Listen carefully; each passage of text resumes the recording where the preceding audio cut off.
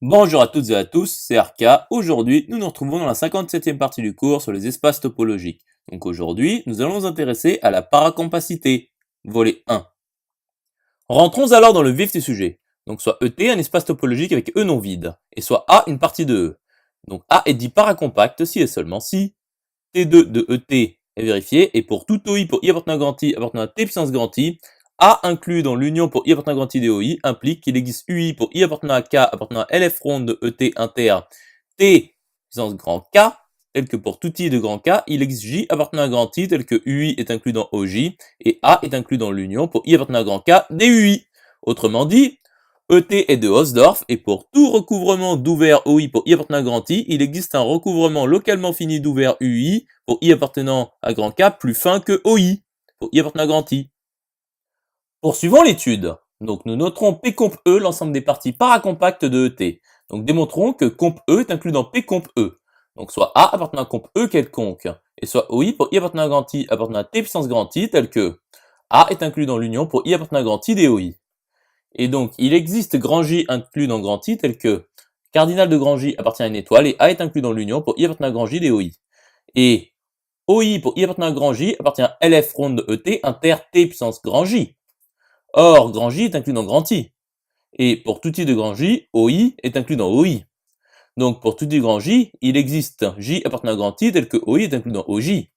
Donc A appartient à P comp E. Conclusion établie. Démontrons alors que pour tout A de P comp E et pour tout F de PA, F est égal à son adhérence implique que F appartient à P comp E. Donc soit A appartient à P comp E quelconque. Et soit F appartient à P de A tel que F est égal à son adhérence. Et soit OI pour I appartenant à grand I appartenant à T puissance grand I tel que F est inclus dans l'union pour I appartenant à grand I des OI. Donc F union E privé de F est inclus dans l'union pour I appartenant à grand I des OI union E privé de F. C'est-à-dire E est inclus dans l'union pour I appartenant à grand I des OI le tout union E privé de F. Et A est inclus dans E qui est inclus dans l'union pour I appartenant à grand I de OI le tout union E privé de F. Et E privé de F appartient à T. Donc considérons grand J qui est égal à grand I union le singleton J tel que OJ est égal à E privé de F et J n'appartient pas à I. Donc A est inclus dans E qui est inclus dans l'union pour I appartenant à grand I de OI le tout union E privé de F qui est donc égal à l'union pour I appartenant à grand J de OI. Donc il existe UI pour I appartenant à grand K appartenant à LF ronde de ET inter T puissance grand K tel que pour tout I de grand K, il existe K appartenant à grand J, tel que UI est inclus dans OK, et A est inclus dans l'union pour I appartenant à grand K des UI.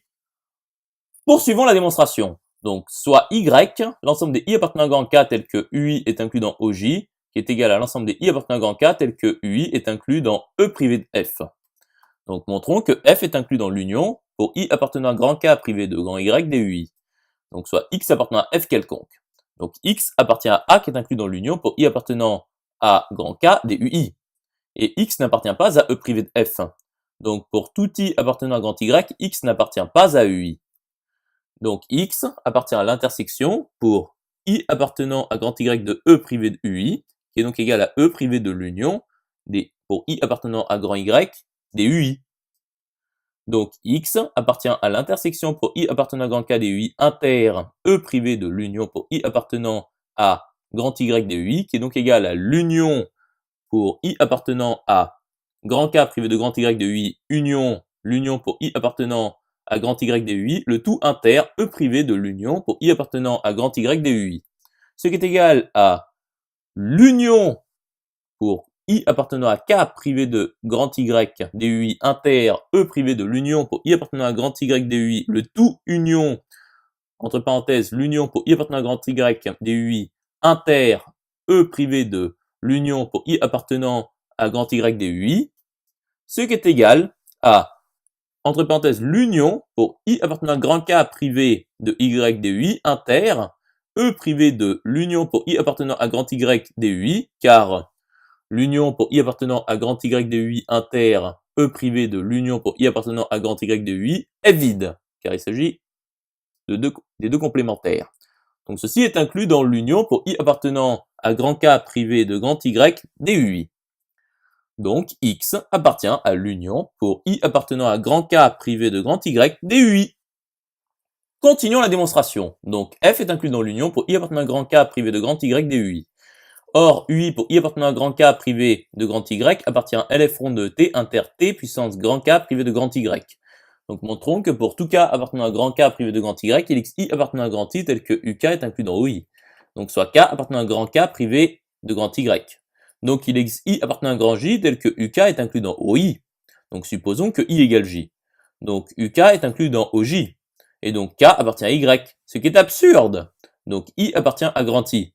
Donc finalement, UI pour I appartenant à grand K privé de grand Y appartient à LF ronde de ET inter T puissance grand K privé de grand Y. Et pour tout I appartenant à grand K privé de grand Y, il existe K appartenant à grand I tel que UI est inclus dans OK et F est inclus dans l'union pour I appartenant à grand K privé de grand Y des UI. Conclusion établie. Continuons l'étude. Donc à présent, démontrons que pour tout A de PE, P comp E inter P de A est inclus dans P comp A. Donc soit A appartenant à P de E quelconque, et soit B appartenant à P comp E inter P de A quelconque. Donc soit OI pour I appartenant à grand I appartenant à T1 de AET puissance grand I tel que B est inclus dans l'union pour I appartenant à grand I des OI. Et pour tout I de grand I, il existe W appartenant à T tel que OI est égal à W inter A. Nous pouvons alors constituer la famille WI pour I appartenant à grand I appartenant à T puissance grand I tel que pour tout I de grand I, WI est égal à l'union pour W appartenant à T et OI est égal à W inter A des W. Donc pour tout I de grand I, WI inter A est égal à l'union pour W appartenant à T et OI est égal à W inter A des W, le tout inter A qui est égal à l'union pour W appartenant à T et OI est égal à W inter A des W inter A, ce qui est égal à l'union pour W appartenant à T et OI est égal à W inter A des OI, ce qui est égal à OI. Poursuivons la démonstration. Donc B est inclus dans l'union pour I appartenant à grand I des OI, qui est égal à l'union pour I appartenant à grand I des W inter A, qui est égal à l'union pour I appartenant à grand I des W, le tout inter A, ce qui est inclus dans l'union pour I appartenant à grand I des WI. Donc il existe UI pour I appartenant à grand K appartenant à LF ronde de ET inter T puissance grand K, tel que pour tout I de grand K, il existe J appartenant à grand I, tel que UI est inclus dans WJ, et B est inclus dans l'union pour I appartenant à grand K des UI. Donc B inter A est inclus dans l'union pour I appartenant à grand K des UI, le tout inter A, qui est donc égal à l'union pour I appartenant à grand K des UI inter A. C'est-à-dire B est inclus dans l'union pour I appartenant à grand K des UI inter A. Et UI inter A pour I appartenant à grand K appartient à LF ronde de AT1 de AET inter T1 de AET puissance grand K. Et pour tout I de grand J, il existe J appartenant à grand K tel que UI inter A est inclus dans WJ inter A. C'est-à-dire, pour tout I de grand J, il existe J appartenant à grand I tel que UI inter A est inclus dans OJ. Donc, B appartient à P comp A. Conclusion établie. J'espère que cette vidéo vous aura plu et vous sera utile. Nous nous retrouvons dans la 58e partie.